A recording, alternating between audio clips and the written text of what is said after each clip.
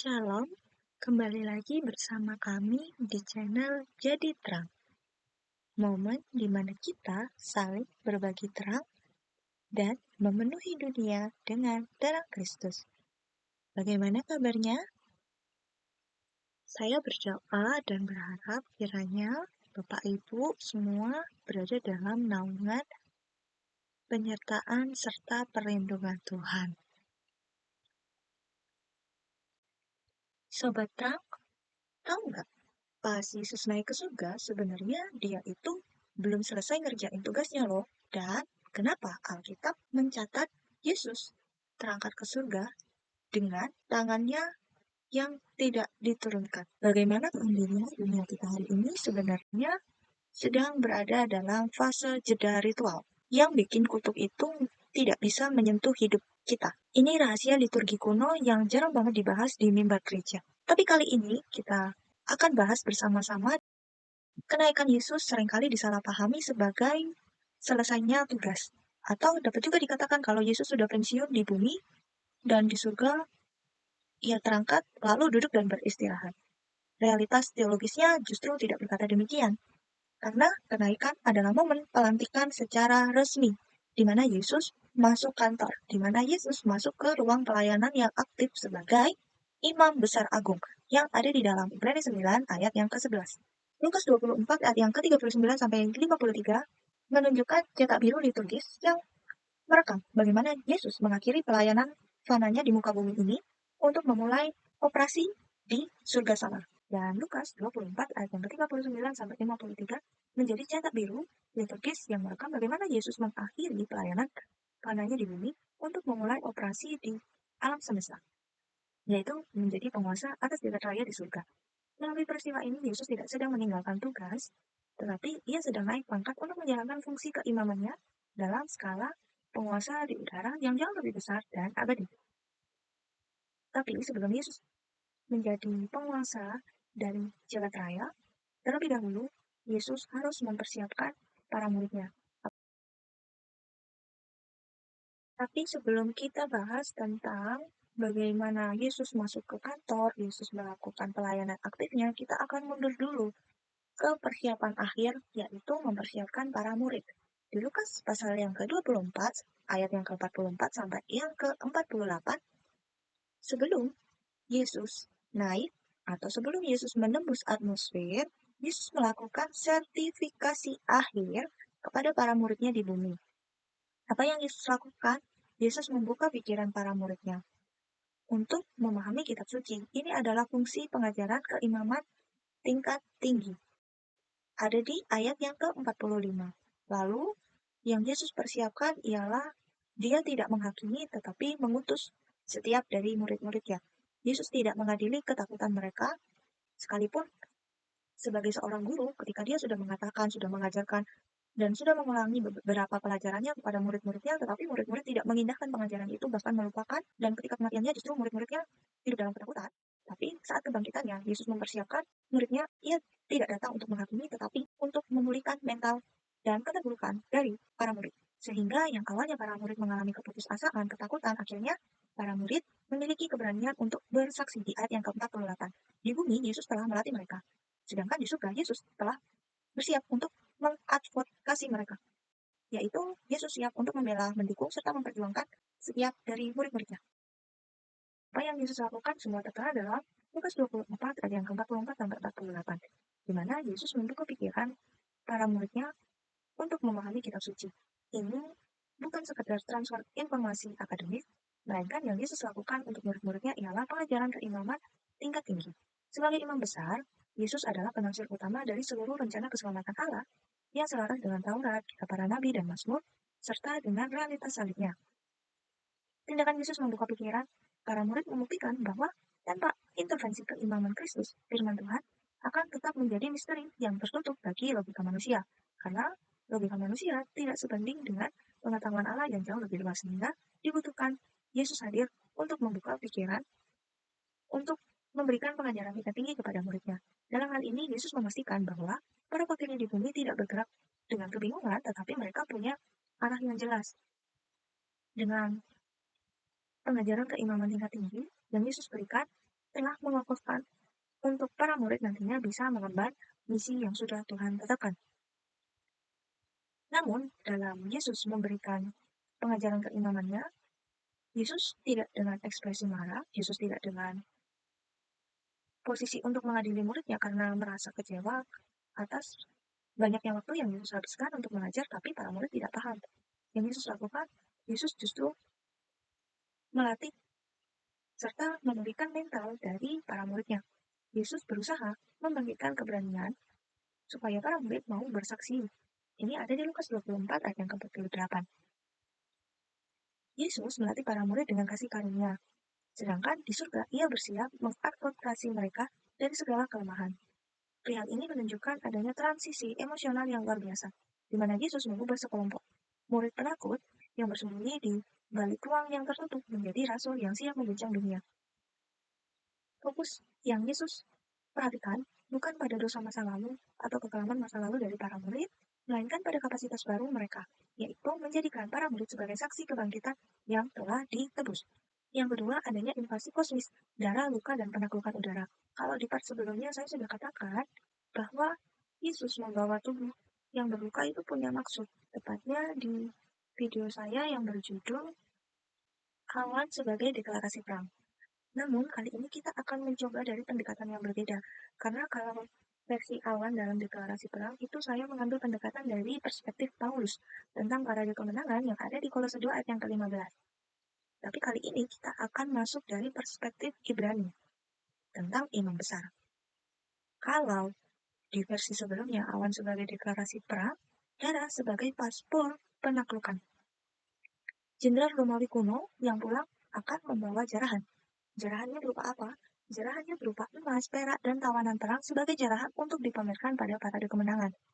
Kalau di bagian sebelumnya, awan sebagai deklarasi perang itu musuh diikat di belakang dan mereka biasanya ditelanjangi sebagai bentuk untuk mempermalukan. Tetapi kali ini yang Yesus lakukan sebagai perspektif imam besar, Yesus naik ke surga, ia tidak membawa kekayaan materi seperti yang terjadi pada kehidupan di Romawi. Tetapi yang Yesus bawa ialah luka-lukanya dan darahnya ke tempat kudus yang sebenarnya itu hasil dari campur tangan buatan manusia. Karena pada waktu penyaliban luka-lukanya itu dilakukan oleh manusia. Dan darah ini memiliki fungsi ganda yang sangat masif di alam roh. Pertama, darah sebagai pendamaian yang sah bagi dosa manusia di hadapan Allah yang kudus. Dan bukti ini sengaja dibawa supaya para pendakwa tidak bisa menghakimi.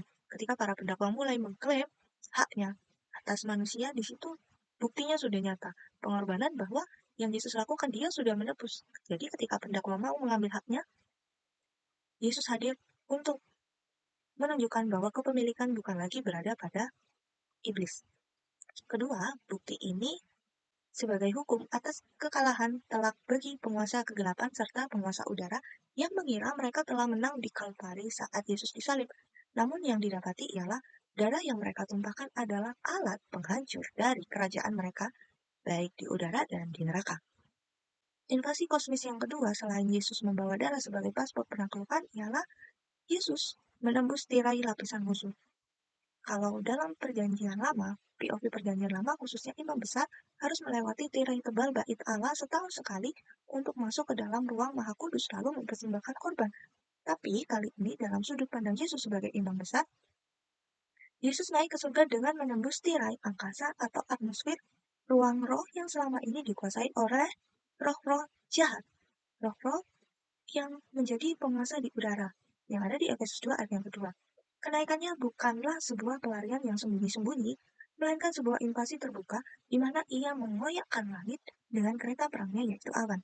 Ketika Yesus melintasi wilayah musuh, luka-luka di tubuhnya bersinar sebagai obor kemenangan yang membuktikan kepada seluruh hierarki kegelapan yang ada di udara bahwa kuasa maut, kuasa penguasa-penguasa yang ada di udara telah runtuh total dan jalan menuju Allah kini telah terbuka lebar.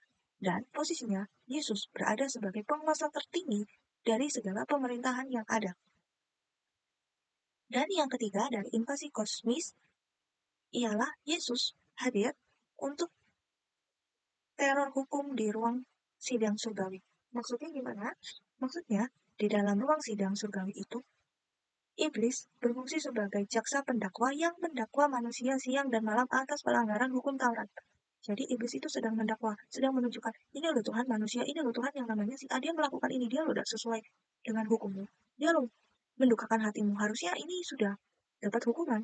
Tapi ketika hal ini terjadi, Yesus ada duduk di sebelah kanan Allah dengan membawa tubuhnya yang penuh luka. Ia secara permanen membungkam mulut pendakwa untuk selama-lamanya karena apa? Ya, karena luka di tangan, di kaki, di lambungnya adalah bukti hukum yang sah di pengadilan tertinggi jagat raya bahwa semua hutang dosa manusia telah lunas dibayar. Setiap kali iblis ingin mengajukan tuntutan, setiap kali iblis ingin mendakwa manusia, Yesus tidak perlu berargumen panjang lebar. Ia hanya perlu menunjukkan luka-lukanya dan Hakim Agung akan menyatakan kasus kita ditutup karena tuntutan hukum telah terpenuhi. Dan yang ketiga ialah kemanusiaan di dalam keilahian. Tubuh biologis di dalam inti Yesus.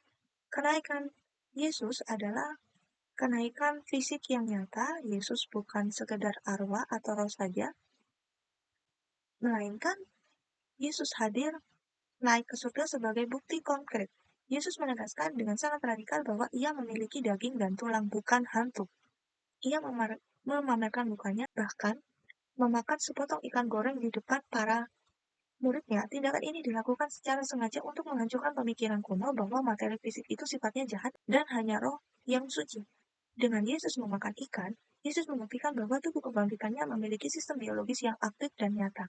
Kenaikannya ke surga membawa serta seluruh aspek fisik tersebut. Ini menunjukkan bahwa Allah menghargai dan menebus seluruh eksistensi kemanusiaan kita, termasuk juga tubuh fisik kita. Dan yang kedua, dari kemanusiaan di dalam keilahian ialah adanya benda asing di jantung Allah. Maksudnya apa? Maksudnya melalui kenaikan fisik Yesus, ada sebuah benda asing yang kini tinggal di dalam inti keilahian Tritunggal. Atom, karbon, memori biologis, dan jejak rasa sakit manusia. Ini adalah revolusi terbesar dalam teologi, di mana kemanusiaan kita sekarang melekat secara permanen di dalam diri Allah. Akibatnya apa? Akibatnya Allah tidak hanya memahami penderitaan dan keterbatasan manusia secara transenden atau dari jarak jauh, tetapi adanya kemanusiaan nyata yang berdenyut di dalam dirinya, membuat tahta surga menjadi tempat yang sangat akrab dengan segala dinamika, kerapuhan, dan air mata kehidupan manusia. Yang ketiga ialah paradoks ketidakhadiran. Kepergian Yesus menciptakan sebuah kekosongan secara sadar di permukaan bumi. Namun, kekosongan ini bukan bentuk sebuah pengabaian, melainkan sebuah strategi ilahi yang dirancang agar manusia tidak lagi bergantung kepada kehadiran fisik Yesus yang terbatas oleh ruang dan waktu. Kekosongan fisik ini sengaja diciptakan agar gereja dapat mengalami pemberdayaan batinnya melalui Roh Kudus. Dengan Yesus naik ke surga, Yesus dapat mencurahkan rohnya yang tidak bisa dibatasi oleh ruang dan waktu. Sehingga ia tidak hanya harus hadir secara fisik di dekat para murid, tetapi melalui rohnya, ia dapat hidup dan bekerja di dalam setiap orang yang percaya di seluruh dunia secara serentak dan bersamaan. Kenaikan Yesus sebagai bentuk status aktif pelayanan di dalam kantor surgawi. Yesus berada di surga dalam kondisi bekerja. Jadi, praduga bahwa Yesus berhenti bekerja ketika tugasnya di bumi telah selesai dilakukan ialah salah. Karena pada dasarnya ketika Yesus naik, ia telah bekerja sebagai imam. Dan karena ia telah bekerja sebagai imam, maka Yesus juga berfungsi sebagai pengantara yang tahu persis rasanya lelah, sakit, kecewa, dan dicobai. Karena Yesus pernah menjadi manusia.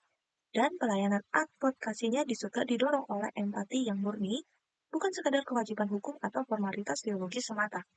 Yesus tidak pernah lupa bagaimana rasanya menjadi manusia yang pernah mengalami kelaparan, dikhianati oleh sahabatnya sendiri, oleh orang terdekatnya, sehingga ketika kita berteriak dalam kesakitan, ketika kita berteriak dalam kedukaan, kegundah gulanaan kita, imam besar kita yang adalah Yesus, ia tahu rasanya sehingga ia dapat merespon dengan getaran emosi yang sama. Karena apa? Karena memori penderitaan itu tercatat secara permanen di dalam tubuh kebangkitannya.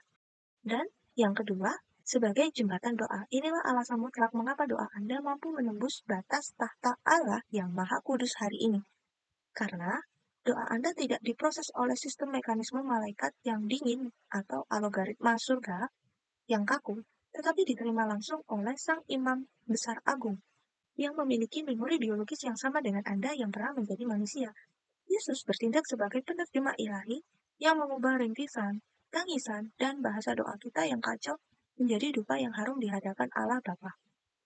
Dia menjembatani keterbatasan bahasa kita dengan kelimpahan kasih karunia-Nya, serta memastikan setiap seruan kita didengar dan dipahami sepenuhnya. Kenaikan memberikan jaminan absolut bahwa pintu kantor pelayanan Allah telah terbuka 24 jam, sehingga kita mendapatkan kepastian akses untuk bisa meminta pertolongan pada waktu apapun. Tidak ada birokrasi yang rumit, tidak ada jam kantor, tidak ada syarat yang menakutkan, dan tidak ada waktu tunggu bagi anak-anaknya. Kehadiran Yesus di tata surga memastikan bahwa kita memiliki hak akses langsung sebagai anggota keluarga kerajaan. Kapanpun ada badai kehidupan, kapanpun ada masalah yang melanda, kapanpun terjadi kegelisahan, kesedihan, kita dapat langsung melangkah masuk ke dalam ruang Maha Kudus dengan keyakinan penuh bahwa kita akan disambut dengan kasih karunia yang melimpah tanpa ada penghakiman. Yang kelima, the grand final, ritual berkat yang terputus. Anomali liturgis menurut Imamat 9 ayat yang ke-22 versus Lukas 24 ayat yang ke-50 sampai ke-51. Dalam POP Imam Besar dalam Perjanjian Lama atau Taurat, terdapat sebuah protokol liturgi yang sangat ketat di mana Imam Besar ketika ia telah selesai mempersembahkan segala macam korban, ia akan mengangkat tangan untuk memberkati umat di luar kemah. Lalu, setelah selesai memberkati, sang imam besar akan menurunkan tangannya kembali sebagai tanda sah bahwa ritual ibadah hari ini telah usai dan telah selesai dilakukan semuanya. Berbanding terbalik dengan apa yang terjadi di Betania. Di Betania justru terjadi sebuah anomali liturgi yang tidak biasa, karena Yesus mengangkat tangannya untuk memberkati para murid. Tapi di Betania ini, Yesus tetap mengangkat tangannya hingga ia ke langit, bahkan sampai ditutupi oleh awan. Yesus tidak pernah menurunkan tangannya. Maksudnya apa? Maksudnya, ialah Yesus sedang memberkati mereka. Ia berpisah dari para murid dan terangkat ke surga. Namun, ritual pemberkatan untuk memberkati umat itu tidak terputus di tengah-tengah karena Yesus terangkat ke surga dengan tidak menurunkan tangannya.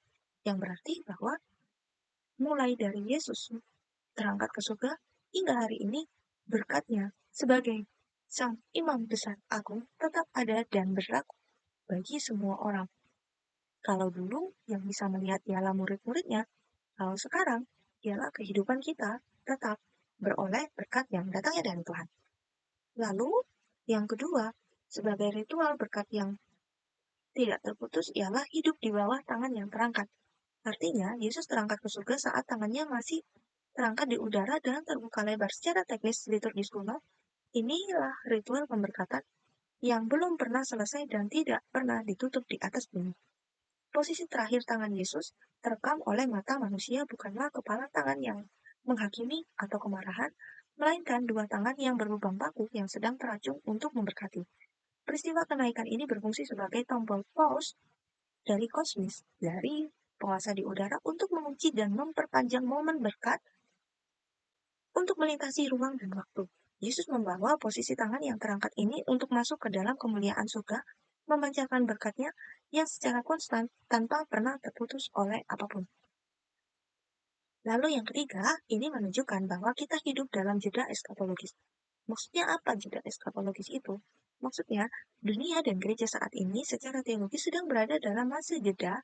Ini adalah suatu kondisi di mana umat pilihan sedang diberkati secara progresif dan terus-menerus karena tangan sang imam besar agung kita di surga belum pernah menurunkan kembali. Jadi, segala kutuk, maut, kehancuran, kedukaan, dan lain sebagainya tidak memiliki kekuatan hukum untuk menghancurkan kehidupan Anda. Karena seluruh eksistensi kehidupan Anda dan saudara semuanya, termasuk saya, dinaungi oleh perlindungan dari tangan yang tetap terangkat itu. Dan respon para murid di Lukas 24 ayat yang ke-52 apa setelah mereka melihat berkat yang Yesus berikan hingga awan menutupi kehadirannya ialah para murid bisa pulang dengan sukacita besar. Dan mereka melakukan ini secara sadar. Berarti hal yang bisa kita petik ialah sekalipun kita sedang gundah gulana, sekalipun kita sedang menghadapi masalah, tapi selalu ada berkat Tuhan yang mampu mengubah segala kepedihan kita, segala duka cita kita menjadi momen bahagia, menjadi perasaan sukacita bukan karena tertawa atas kesedihan, tetapi tertawa dan bahagia secara sadar bahwa Allah sanggup memberikan itu semua. Yang keempat, respon eskatologis sukacita di tengah jeda.